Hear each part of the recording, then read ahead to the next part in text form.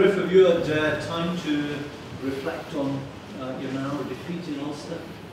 Yeah, we've obviously spent the weekend reviewing and going through stuff and informing, the progress you want to make over there and this week first and foremost, but then around this training block. And there's a lot to like about our game.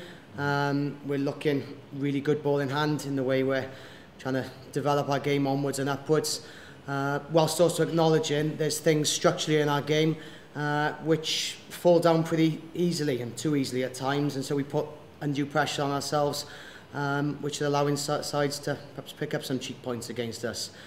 We put probably a far more of a defensive shift in last weekend than we had for some time, and that is pleasing, but again it comes from pressure points we put on ourselves.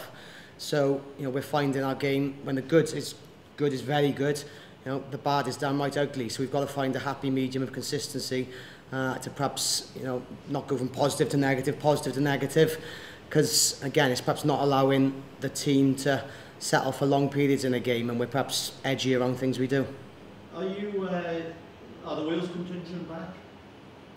Not back training wise at the moment. You've got 6 players coming back, haven't you? Yeah, no, they've been in and around and communicated with us, and we've obviously spoke about certain needs around what we're doing this week. We'll pick back up practically on Friday morning, and it's pleasing. I think it's a sign of good collaboration.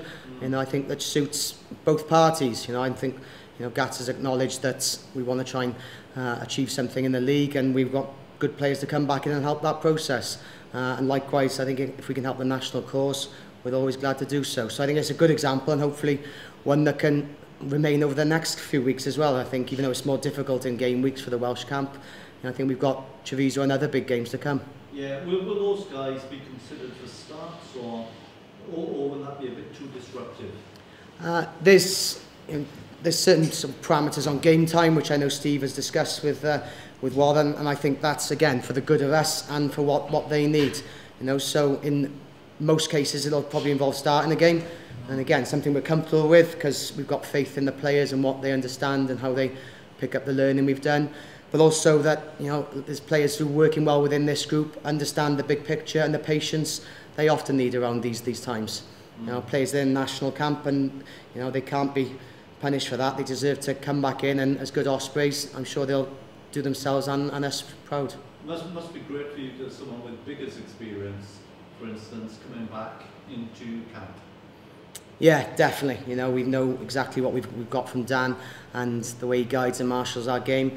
Certainly this weekend, in and around the good in our game recently, he can perhaps provide the substance that sometimes can be lacking when we do lose players. So he gives us a bit of an edge there, whilst also acknowledging that Matthew put in a good all-round performance for us last weekend, better defensively, and some of the cohesion and communication around our attack, a lot of it stemmed from Matthew, and he again understands the big picture and where he has to perhaps be patient and understand that he's going to deal with frustrations with the national player coming back in. But he's been good in that respect, and him and others are training really well this week, and that's just where the sort of system sits. Yeah, watching on TV, he does spark your attacking game, doesn't he, Matthew?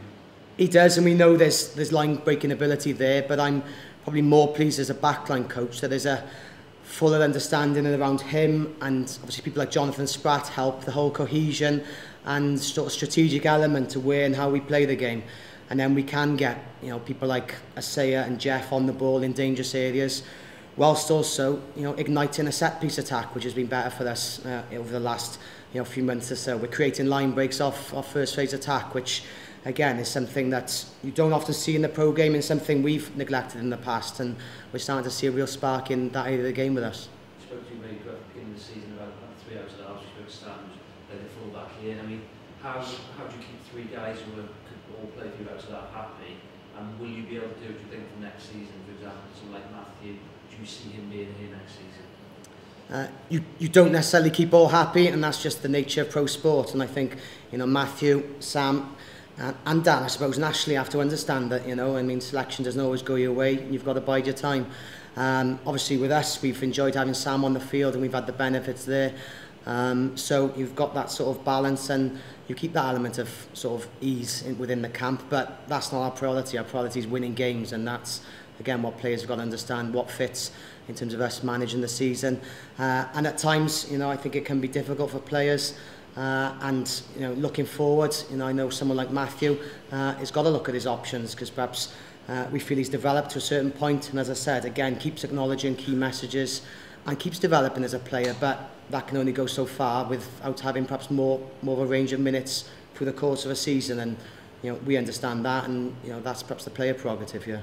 Do you see a good chance for Reece and Dan, they haven't played a lot the last, but they've been on the bench with the squad, Dan's been involved in the squad, a good chance for them to show what they can do this Sunday, Dan and Reece, half-back?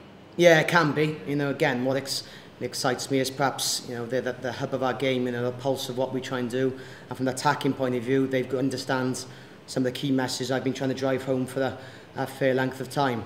And I think it's just important they come back in, look at one or two of the little tweaks we've made around our game as well, and not just, you know, put all the pressure on themselves, understand, you know, perhaps the greater good of how to, you know, run the outside backs in terms of the channels we want to play in there, whilst also perhaps putting us into good positions to pressure Treviso.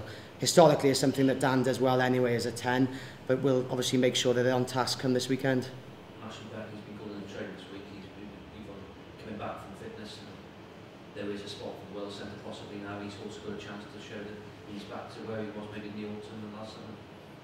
Yeah, I mean, we've enjoyed, certainly going into last weekend, he had a good couple of training weeks, and, you know, he was enthused about what he was doing, you know, and there have been some sort of physical issues we have to manage on an ongoing basis, you know, but he was starting to find his spark back.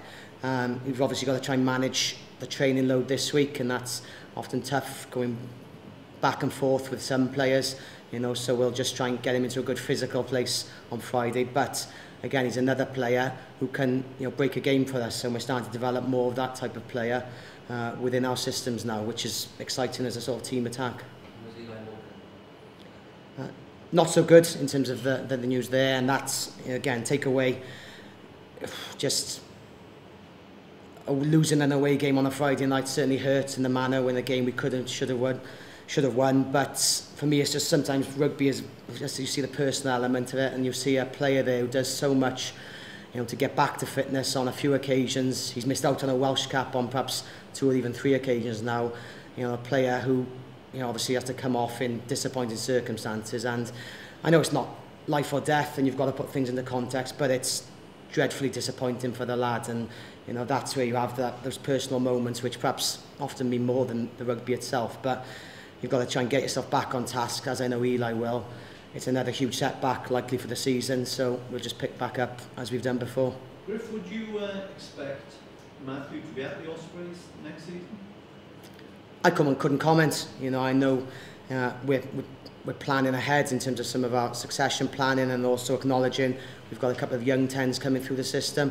You know, but, you know, he's good value for what he does in these periods, in these windows. But if that's enough for Matthew, I don't know. I think he perhaps says he's going to look at his options because he wants to be a number 1 somewhere. Ryan Jones, is he likely to be involved this week? He is. I've said that on a few occasions. Mine have been proved wrong as the week has gone on. But he's had a full training day today, and again provides a sort of hub to the sort of group in terms of the cohesion we often require. And as I said, things that we don't often do particularly well with a younger group. He ties those sort of knots pretty well together. So hopefully he'll pull up well tomorrow and then come back and get another full day Friday. And he's definitely in the mix in that regard. I mean, obviously people are going to speculate that Wales might call him. I guess Ryan is seen as a man for a crisis. Yeah, he's done it on a few occasions and thrives on doing so, I guess. But to be fair to him, it's not something that he's mentioned. I think he just, you know, wants to be a part of an Osprey group, really, in terms of us pushing for honours. He was desperately disappointed to perhaps not be able to fulfil that Leinster fixture coming off early. In amongst other catastrophes was tough for him, and I just think he wants to get on the pitch and play. It's been so stop-start. You know, I don't think he'll look beyond this weekend. Treviso on Sunday, they put something on their website where they say that they might serve notice in the league. Given your knowledge of Italian rugby, how much of a blow would it be if 12 was to become a 10 next season and lost 2 Italian teams in this league?